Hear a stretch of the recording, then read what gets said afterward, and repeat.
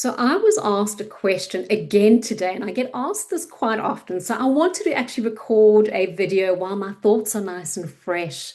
The question was with regards to, is kids' life coaching accredited?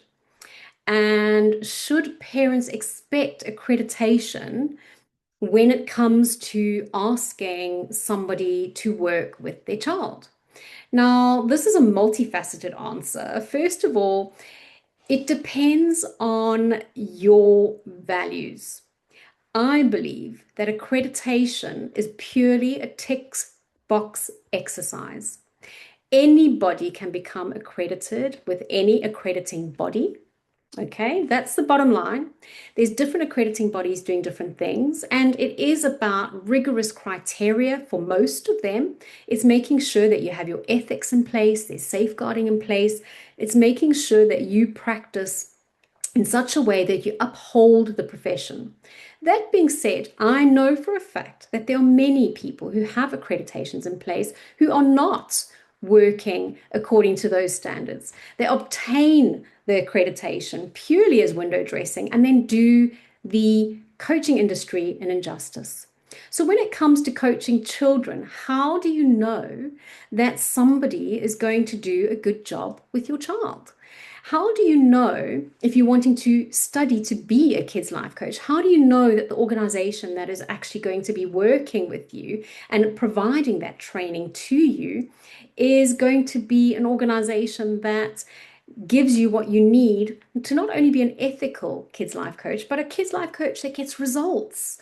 This is not about us working with children and using ad hoc tools and methods that we stick together. This is about a rigorous process of rewiring neural pathways in a child's brain, using research and neuroscience methodologies to get good results in children. So when I was asked this question again today, I had to take a deep breath simply because I, at this stage of the game, believe that this question is being asked more and more because the market is becoming so flooded with people who are weekend warriors. They're doing really quick courses, easy courses. They have possibly a teaching degree or a psychology degree or a social work degree, and they want to pivot into coaching children as a career change. And many do that very successfully, but they learn as they go along, as I did. I came into my coaching practice in 2003 with 2 degrees. I was a special needs teacher. I had an honors degree in education. I was a school counselor, and yet I still made loads of mistakes in the beginning. Now, when you're looking for somebody to coach your child, or if you're looking for an organization to work with to support you to become a coach for children, it really isn't about accreditation.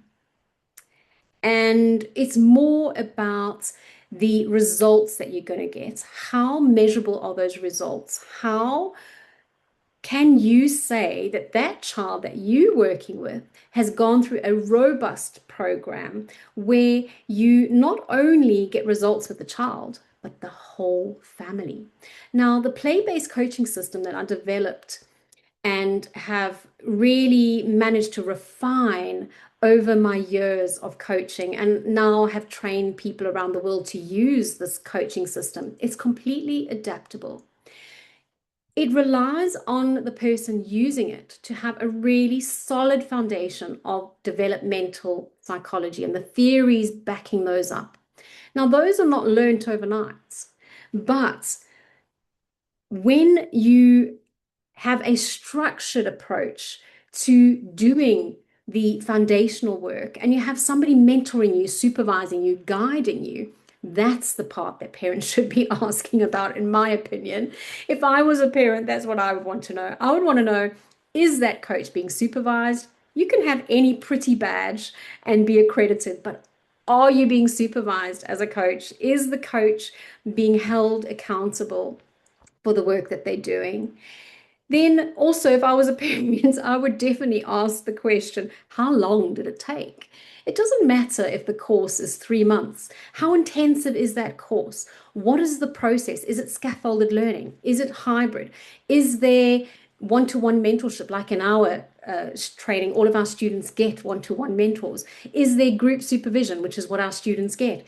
Is there accountability? Are there checks and balances, in-house checks and balances, not the ones that we're told to have because they're nice to have, but is somebody actually holding those coaches accountable? Now, I do know that in order to regulate an industry, it does take regulatory bodies to do that.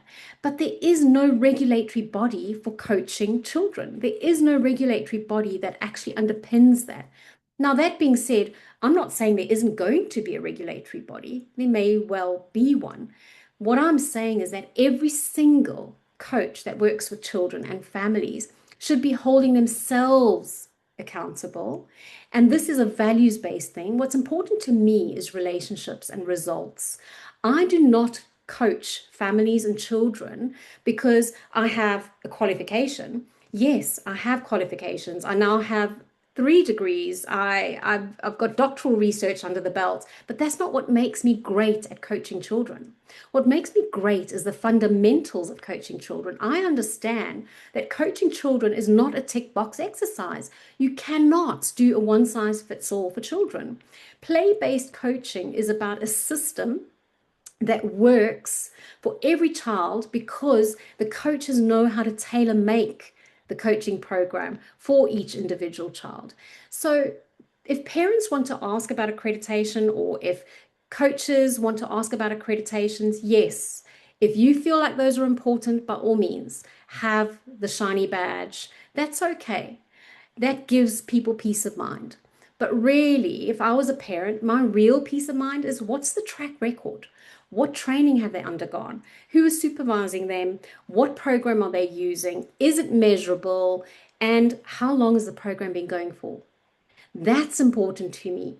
I do understand that we all start somewhere. I did. I started in 2003, and I literally was winging it and really trying all the things out and making a whole lot of mistakes. And now when I look back, I see the mistakes I made. But when you're in that picture, it's hard to see that, which is why, in a way, accrediting bodies are a good thing to have. It does hold us accountable. But like I said, when it comes to coaching children, and in fact, when it comes to any career working with children, it is about personal accountability, what I call being a secret parent. The way you parent your child should be the way you work with other people's children. The kindness, the respect, the empathy, the compassion, the ability to take hard things and simplify them for a child. Those are all gifts that we can give children. And yes, you do need to have a good grounding and a good solid foundation. What you don't need is accreditation. That doesn't give that to you.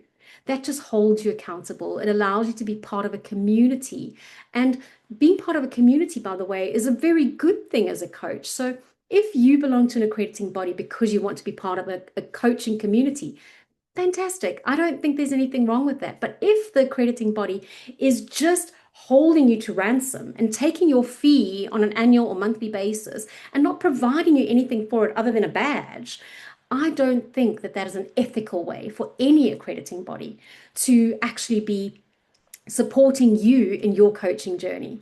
And that's why, as an organization, Kids Life Studio, I took the move to move away from those shiny badges. Been there, done that, bought the t-shirt. And honestly, if accrediting bodies think that they can get away with just taking money for shiny badges, I want to question those accrediting bodies. So if you're going to be accredited, make sure that it's with a reputable accrediting body. Make sure that it's something that adds value to you and your CV. Maybe you're at the beginning stages of your journey and you need that validation. All I'm saying is that when you have a robust coaching program like our play-based coaching system, it becomes less and less necessary to have that in place. It's about the testimonials that you have. It's about the parents that you help. It's about what people are saying about you behind closed doors. And like I said to this person I was speaking to, you are the product when it comes to coaching. You are the product. Not the coaching program, not the beautiful posters that we provide as part of the package, not the intake forms. You are the product. The results that you get, the parent are buying from you. And so it doesn't matter what organization you belong to, it doesn't matter what accrediting body you decide to join. It's really about how you are going to manage yourself as a coach and how you are going to hold yourself accountable when nobody is watching. And of course, I did that for 6 years before I started building up a team of coaches around me. And I held myself accountable and I hold myself accountable for the mistakes that I made. But I got really good results because I was very systematic and very clinical, comes from my teaching background and my lecturer background. Bachelor of Education, and obviously now as a researcher in psychiatry and clinical psychology, I have that background too.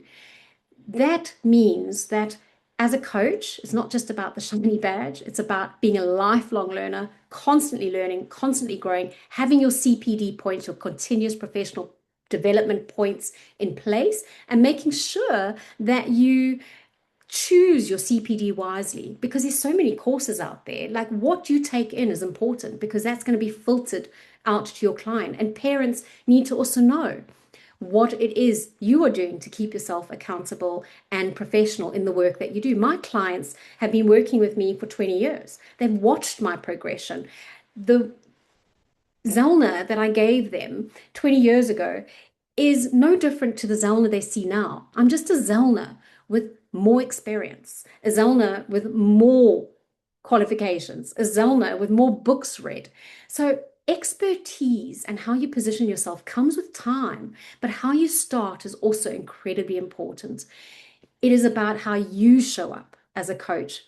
How do you want to be known? What do you want to be known for? And what is it you're going to do to make sure that you do it the right way?